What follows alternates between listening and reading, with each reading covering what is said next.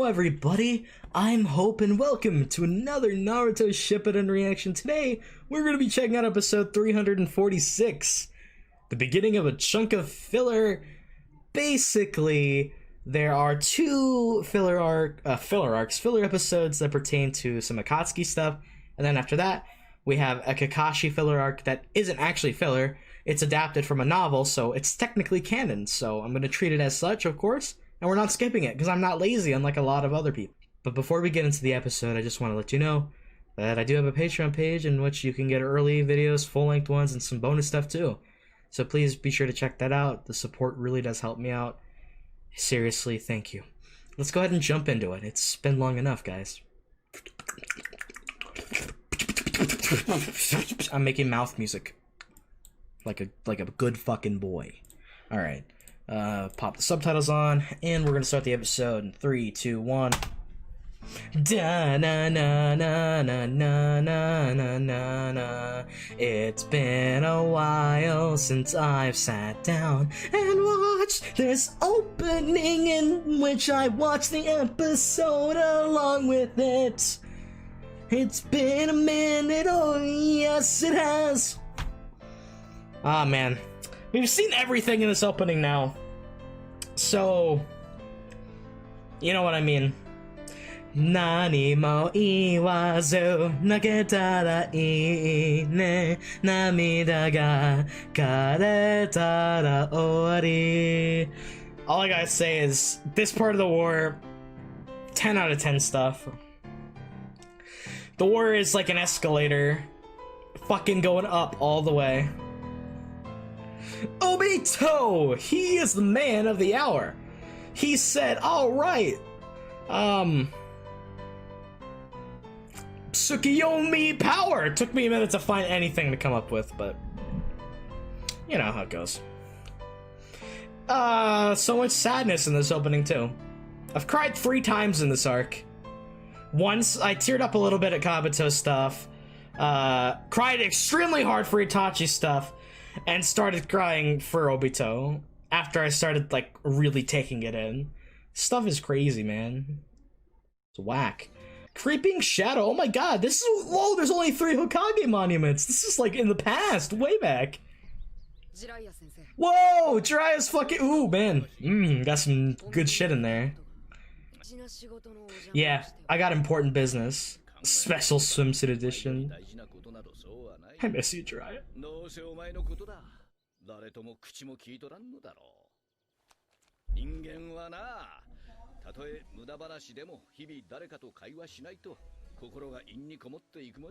I mean, Jiraiya's spitting facts here. That's not even, like, that's just the truth.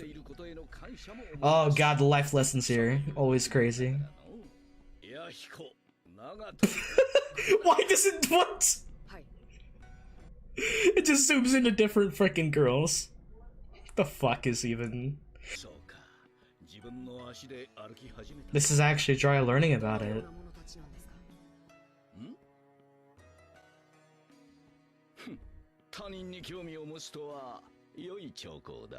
I would say so. I think that describes him well, actually. Nagato, though, is some other sort of special. Oof.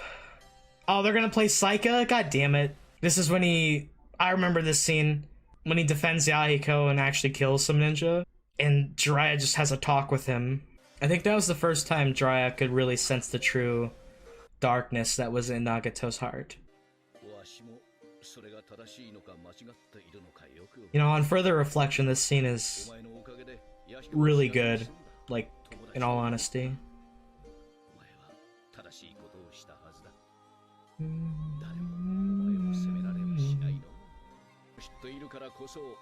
Oh man, that's right, I remember. These words really fucking stuck with you, Nagato.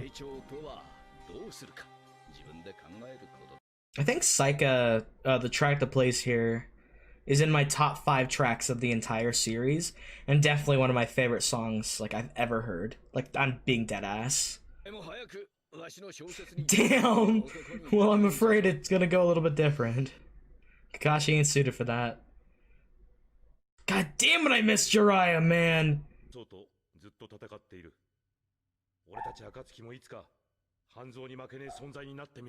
Man, Konan and Nagato just have really wholesome smiles when it comes to listening to Yahiko. They just really respect and love him.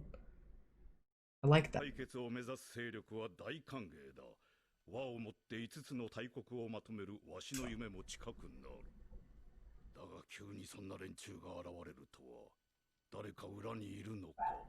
Hanzo, you're odd one. If you truly agree with that notion, why did you betray?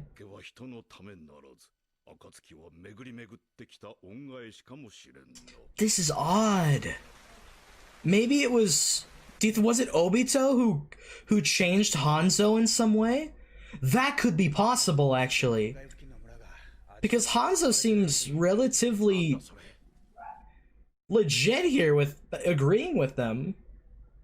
This place is... if it's Hanzo. If Hanzo did it, though, already, like... Let's see. Okay, just a bunch of thugs. I get you, I get you.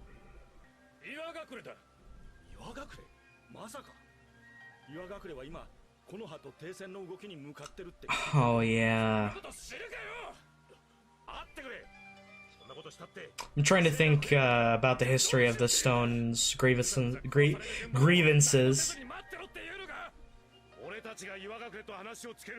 Yeah, just talk it out.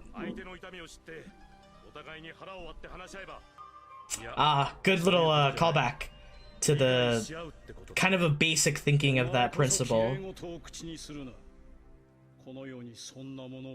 It's such a pragmatic way of thinking. Oh man, some stone ninjas are out here already trying to...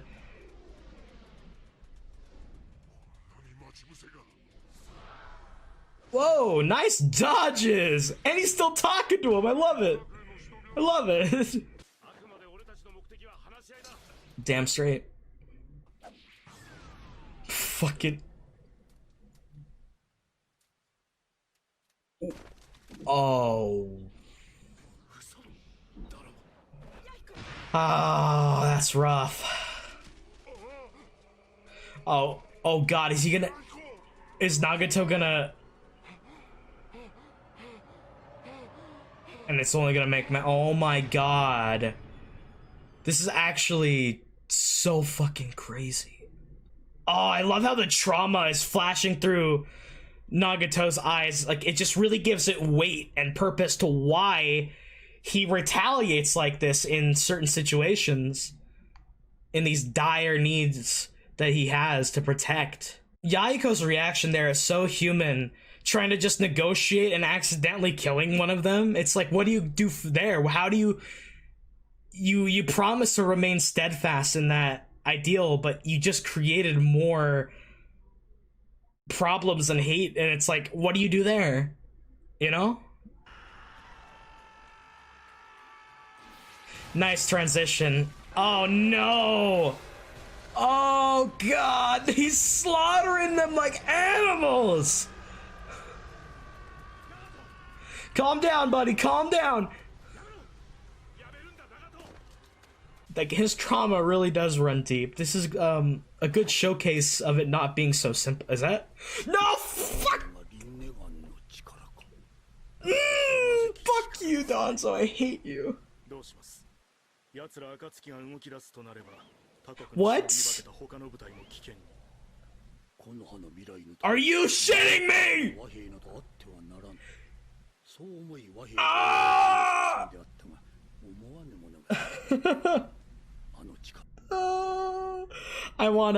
I hate Danzo so much. I hate Danzo so fucking much. It's not even funny. He faked this, and faked more and Obito's just observing, obviously. Fuck you, Danzo, you fucking cunt. Excuse my language, but god, I'm so angry.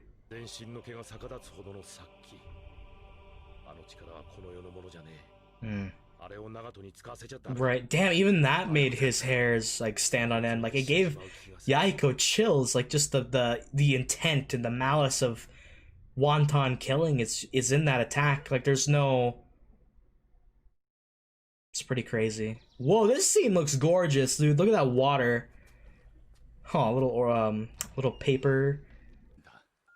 Again, just like before with Jiraiya Sensei. Oh. Oh. The tragedy of what you would kill him later, you know? That hurt. Oh.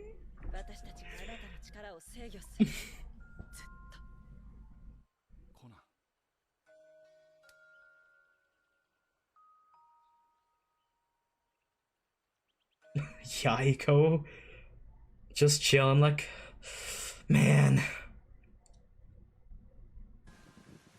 Ah, what a good shot there.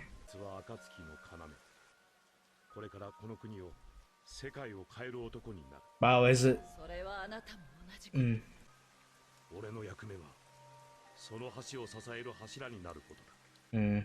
This is the slow turn of his thinking. Even Konan can see it.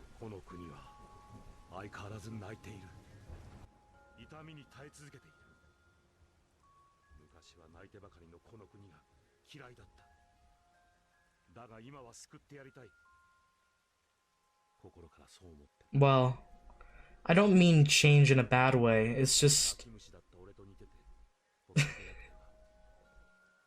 I wonder if this leads into like the Hanzo betrayal soon.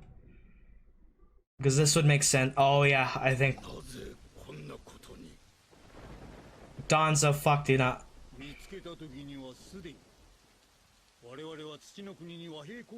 No, no!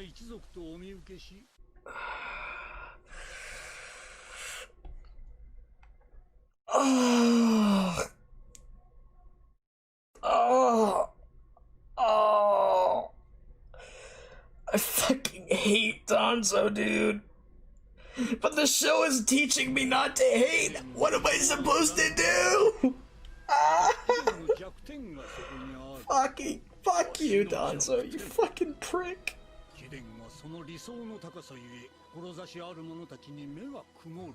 Now you're just like, what is this manipulation here? Fucking tactical bastard. So Hanzo was never necessarily an awful person. He was just doing what needed to be done and got manipulated and lost his way. So yeah, Hanzo 100 times greater than Danzo.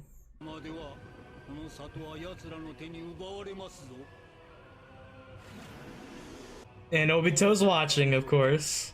Brilliant.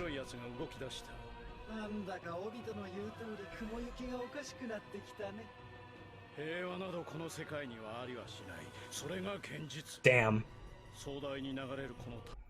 Reality is like this grand river that flows here. No matter how hard one tries to stop it, reality will swallow you up whole and mercilessly crush you. Absolutely, the same thing happened to you, buddy. And that's the Tsukuyomi! Oh! I get you. I get you. Like, oh man, that's so cool. This is a great episode. I thoroughly loved that. Dio, da, da, da, da, da, da, da, da. Oh, Obito, you poor soul. Ba-da-na. Da-da-da-na-yo.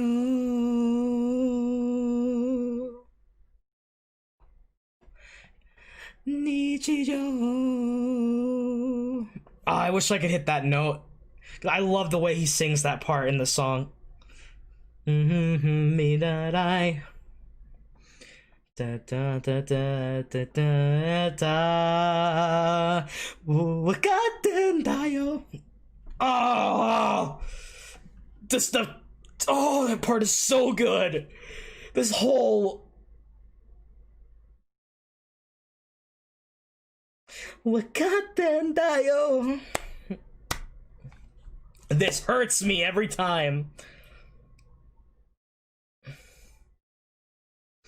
Yeah. Damn.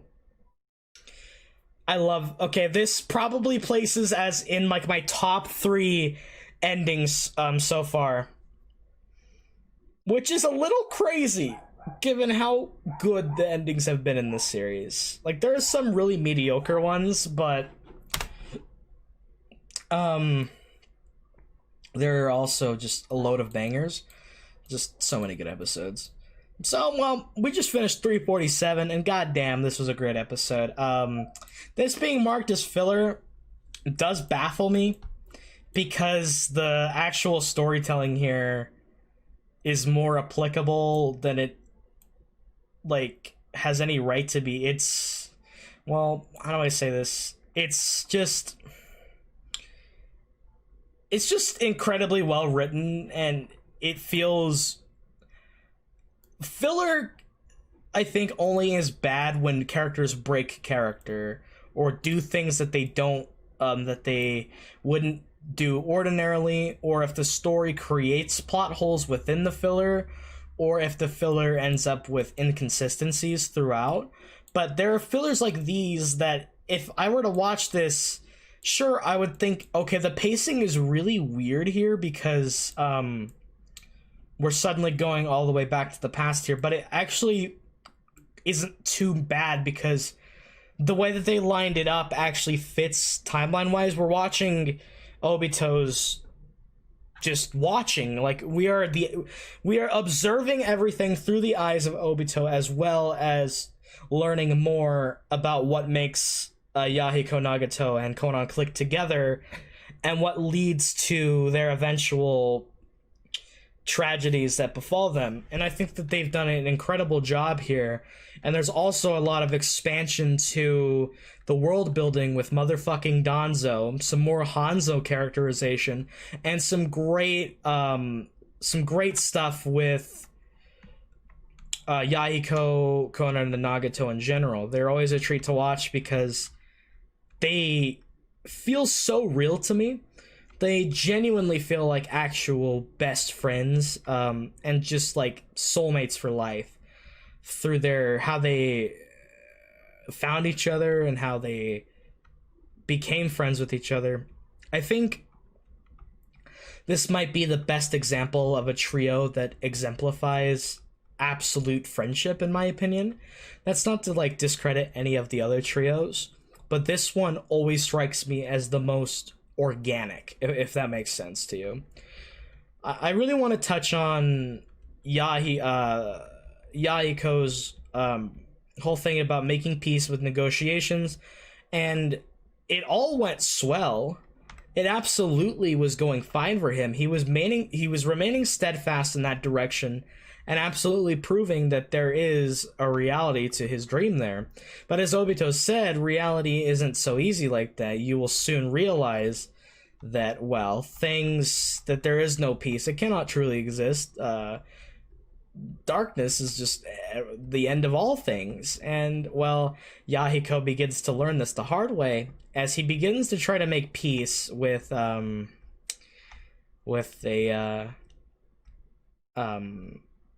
stone ninja, who apparently were breaking a treaty for some inexplicable reason. But of course, it was just a ploy by Danzo to create a civil war eruption to maintain a power balance of the leaf. I wonder what the idea here is. It's to assert dominance, or is it to give the sense of uniting one common enemy and allying each other, and then picking off other nations like one at a time? It is interesting, Danzo's militaristic ideals, because he is very much a dictator and very much embodies what an actual dictator does. He's very akin to he's not the same. Okay, I'm not trying to say he's the exact same as people like Hitler or like Stalin, for example, but you gotta admit the way he fucking rolls is basically the same thing. It's just that he's not in he is not leading to even worse. Like, okay, the Uchiha clan massacre and getting them to be discriminated against. Yeah, Danzo's Hitler. Danzo is basically Hitler in the Naruto universe. And that's an interesting perspective, because as much as you want to say fuck Danzo, it is true, fuck Danzo, but it is a really refreshing perspective to have here, because it makes sense and it's done really well. Of course, Danzo has to meddle again with another thing, and that's annoying, because seriously, how many times does he... The only thing I can give Danzo is a thanks for allowing the show to happen, because really, there are like 4 key things that make Naruto happen. 1, Sage of the Six Paths. 2, Madara. Number 3, Hashirama. And number 4, Hanzo. Those 4 are like the fucking gatekeepers of why Naruto happened.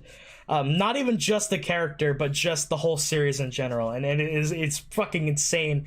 The reaction that splash in the water created, like the ripples, it's ridiculous.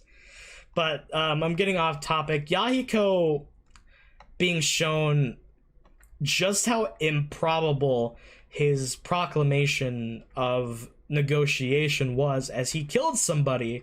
And like I discussed earlier, what's he to do from there? How is he supposed to create peace from there? And what's he gonna do? And it's gonna start twisting and fucking with his mind as Obito's little seeds of doubt start to slowly blossom within him. He's still remaining the same as he was, but he's starting to become twisted in a slight way that curves against the path that he was initially on. And just a slight diversion of your initial ideal is enough to throw it off and create a situation where you truly fall and lose everything. Another thing I want to talk about was Nagato's trauma and how great they depicted it here again. Nagato is such a tragic character, absolutely beautiful, and I do love him to death. It was so amazing to see him, like, once again, overcome by sadness and grief, lash out with just fury and anger. But that is there is so much malice behind the way that he attacks when he's in that rageful form, that it just feels like pure unrequited evil. And even that was enough to scare Yahiko and cause him to basically have goosebumps. But despite that, Yahiko believes in Nagato for very, very good reason, and he believed that as long as they were here to shoulder as a shoulder for him to lean on, that he would be perfectly fine. Now, admittedly, it's a tragedy that Yahiko had to leave this world in order to prevent some things, and Yahiko's death is always sad to me.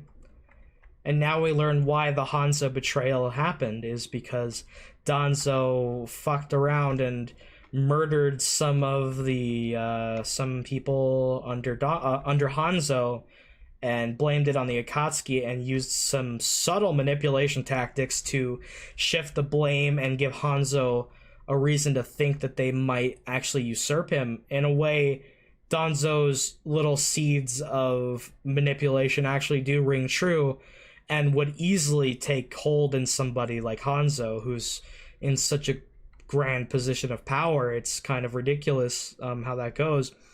But seeing Nagato ask Konan, saying to Konan that he's scared and that he doesn't know what to do, and that it's been such a long time since he's had Jiraiya sensei, that scene really hurt me, especially with Nagato's voice acting there. It was splendid. And the way that Konan just grabs his hand and tells him that they'll be there for him always, and Nagato fuck forget I said that. Please, just don't question that. And Nagato's little blush was so adorable, and I love how Yahiko's just, under the tree, just overhearing this situation. It is sad. In a way, this is a really healthy friendship relationship, but there is a low-key love triangle. In my opinion, this is just my interpretation. I'm not saying it as an objective fact, but it is very healthy in a way to where they're not like being absolute fucking tools about it.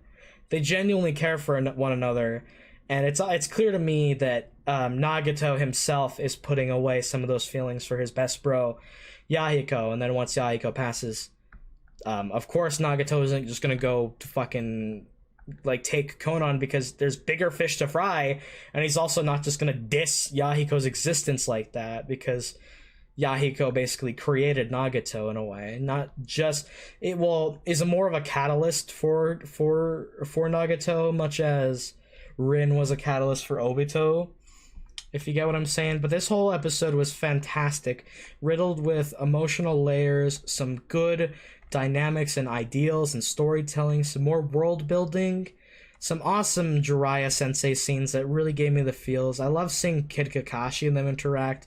Really nice stuff. The girls in his magazines were smoking hot as usual. And what am I gonna say but fucking fantastic. The use of flashbacks were sparse, but they fit the scenes relatively well and flowed well into each other that I could hardly tell. And seeing them again was a nice refresher, as it is very well done and actually applies very much so. Next episode, I believe, will be the second part of this little Akatsuki mini filler, and it's definitely going to be the Hanzo betrayal and more about it. So I'm excited to see more of that, as much as it's going to tear my heart apart, because having a little bit more context is going to make it even more crazier. Before I wrap this discussion up, I just want you to remember. Now, if you're watching this video to this discussion, I want you to say with me right now, okay? Say this with me. It has something to do with an F-bomb in Danzo. We're gonna say it together. 3, 2, 1. Fuck Danzo. There we go. If you joined along with me, I'm just gonna say I appreciate you, you fucking legend. And I want you to know that wherever it is that you are, if it's morning, day, evening, or night, please stay safe out there and be sure to take care. Thanks so much for your support, everyone. It really does help me out. And I'll see you guys next time for the next one. I'll see you laters.